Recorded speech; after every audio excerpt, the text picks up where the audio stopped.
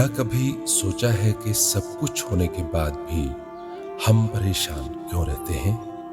हमारी जिंदगी सहूलतों से भरी है, फिर भी हमारी आत्मा में उदासी क्यों रहती है?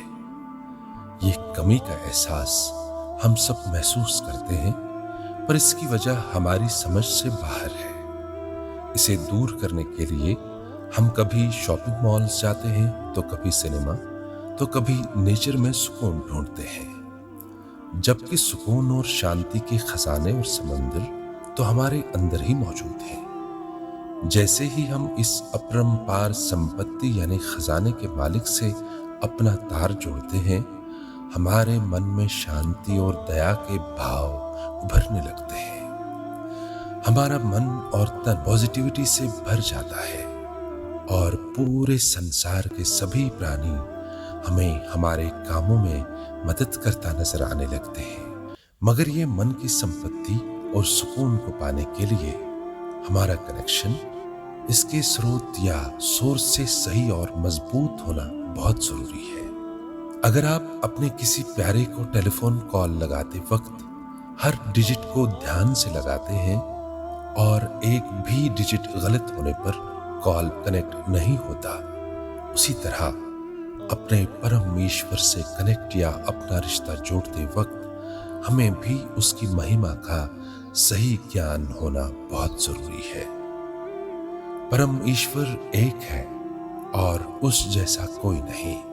वो सर्वशक्तिमान है और उसका ज्ञान सबको अपने दायरे में लिए हुए है। उसकी ना कोई संतान है, ना वो किसी की संतान। उसकी कोई प्रतिभा नहीं। वो अपने प्राणियों को अपने रहम और प्रेम से बनाता और पालता है। इस जरूरी ज्ञान के बाद आइए उसके मंगलमय दया और प्रेम के सागर में कुछ देर खुद को डूबता हुआ महसूस करें।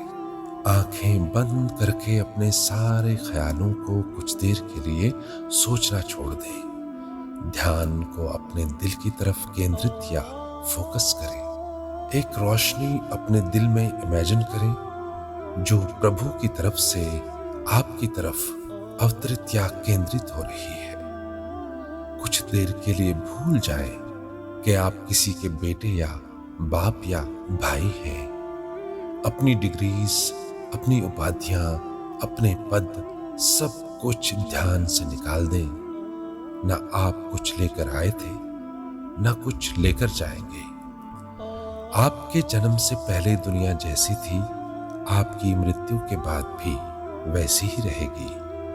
कुछ दिन आपके जानने वाले आपको याद करेंगे, फिर वो याद भी धुंधली होती हुई समाप्त हो जाएगी। तो आपका बाकी पीछे क्या रहा? बस जो समय आपने अपने प्रभु की याद में बिताया, यही आपका असली धन और संपत्ति है।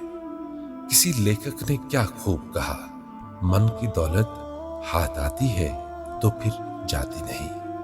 धन की दौलत छांव है, आता है धन, जाता है धन। सोचिए कि इस पल कितने धनी हो रहे हैं आप। प्रभु के सभी नाम प्यारे और न्यारे हैं, पर एक नाम जिस नाम से उसने खुद को सभी ग्रंथों में पुकारा है, वो नाम अल्लाह है। आइए इस नाम के सिमरन और जिक्र में कुछ देर खुद को भूल जाए। अपने जबान और ख्यालों को खामोश करके कुछ देर इस नाम की मिठास को दिल के कानों से महसूस करें। अल्लाह, अल्लाह, अल्लाह। हमारे मन के सारे दुख दर्द, सारी तमन्नाएं, सारे डर और तकलीफें वो सब जानता है।